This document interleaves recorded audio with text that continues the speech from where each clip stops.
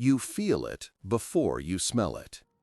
A sudden, clammy dampness under your arms during a job interview, or on your palms before a difficult conversation. This isn't the sweat from a hot day. This is stress sweat, and it originates from a different place. Your apocrine glands, nestled deep in the skin, which awaken during emotional duress. What they release is a complex chemical cocktail, and floating within it is a direct message from your adrenal glands, cortisol, the molecule of stress. But how does a hormone, a chemical messenger that lives in your blood, get out of your body through your skin? The journey is not straightforward. After being released from the adrenal glands atop your kidneys, cortisol travels through your entire circulatory system. It then has to pass from the tiny capillaries into the interstitial fluid, the sea that bathes all your cells. From there, it's a game of passive diffusion, a slow seep into the precursor fluid at the base of your sweat glands before being wicked away to the surface.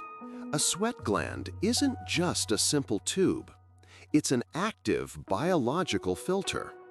As the initial fluid travels up the coiled duct, specialized cells frantically work to reabsorb salts and electrolytes like sodium and chloride.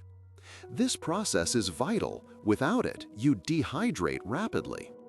Cortisol, however, is a large, lipid-soluble molecule. It mostly ignores this reabsorption system, meaning its concentration in the final sweat drop can be surprisingly different from its concentration in your blood just moments earlier. Here is where our understanding deepens and gets complicated. Your skin isn't just a passive barrier leaking out what's inside.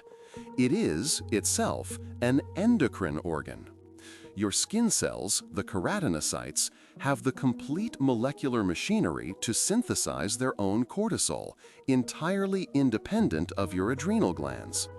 This is part of the skin's own localized stress response system, managing inflammation and immune function right at the surface. So, the cortisol on your skin could be a mix, some from your blood and some made right there. This dual-source reality changes how we think about what our skin is doing. It's not just excreting waste, it's broadcasting. It's a chemical display, communicating your systemic stress levels from your brain and blood while simultaneously managing its own local crises. This makes the skin less like a simple screen and more like a dynamic interface, constantly blending internal messages with external responses. Your skin is having a conversation, and the language is chemical.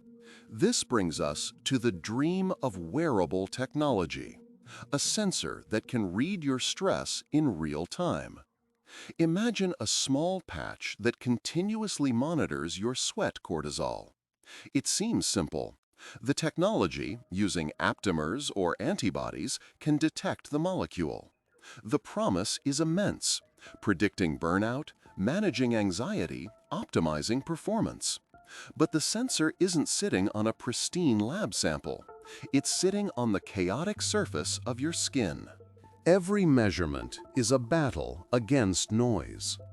The concentration of cortisol in a bead of sweat changes as it evaporates.